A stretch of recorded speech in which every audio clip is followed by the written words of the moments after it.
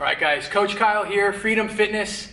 Another daily tip for people who sit in chairs for a majority of their work day, especially right now. This one's gonna focus on ankles, right? We end up sitting in a chair, and most times your plantar flexed, right, when you're in a chair. Meaning, like if you can see my feet, you're pushing down, you're pointing your toes, because your chair allows you to do that, and you kind of raise your heel off the ground, right? Well, your calf and your ankle ends up getting stiff because they sit in that position all day long, just like hip flexors get stiff when we sit in a chair all day long. So what we have to do is we have to move the joint daily, just like brushing your teeth. You wouldn't wait till Sunday and brush your teeth for an hour and a half, right? That would be ridiculous. You brush your teeth every day, twice a day. Everybody knows that. It's the same thing with your joints and movement. You need to be moving daily to keep them healthy, right? So ankles are included. What we're gonna do is we're gonna start with no weight at all, right? I'm gonna be half kneeling, and what I wanna do is kind of open up my knee a little bit, open up the hips. I wanna grip the ground, push my toes into the ground, and then drive my knee directly over top of my toes.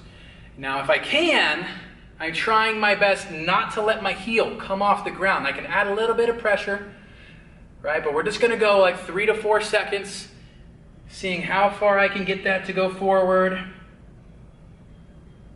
Right, if you need to pull your foot back a little bit more, you can to give yourself more range of motion. But if you feel a stretch on the back side of your heel and on your calf, good. If you don't, and you feel a pinching sensation in the front side of the ankle, let me know in the comments and I can show you how to fix that. But we're just gonna focus on a little bit of ankle range of motion for dorsiflexion today. So let's say now I've done 8 to 10 repetitions with that 3 to 4 second hold. Now what I wanna do is I wanna try and sit in that position a little bit longer. So if you have a kettlebell, a dumbbell, a backpack full of books, something heavy, a kid, a dog, I don't know, something heavy that you can apply to pressure right to the top of your knee, make sure you get that. So I have a kettlebell here. I'm gonna go ahead, put this right on the very top side of my knee, and it's gonna help me sit into that range of motion better and better. So first thing I think of, again, grip the ground with my foot, my toes are pressing in, I'm creating a stable foot so that my ankle doesn't cave in, okay? Stable foot. Now I'm gonna drive my knee forward. Now we're just gonna sit out here, keeping my heel down. 30 seconds, right? Stay in that one position. Don't let your knee cave in, right? Keep it right over top of those toes.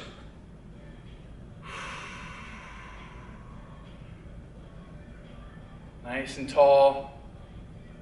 Stay for 30 seconds. Then after that 30 seconds, you bring it back in and we switch sides, okay? Do that 2 times a piece on each ankle, and then you can move on, and you can even test out and see how your squat pattern is after that. A lot of times you're gonna feel like, oh, I've got some freed up range of motion so I can squat a little bit easier without having to feel like you gotta push your butt back so much. All right, guys, see you tomorrow with another daily tip for those sitting in chairs during these times. All right, see you tomorrow.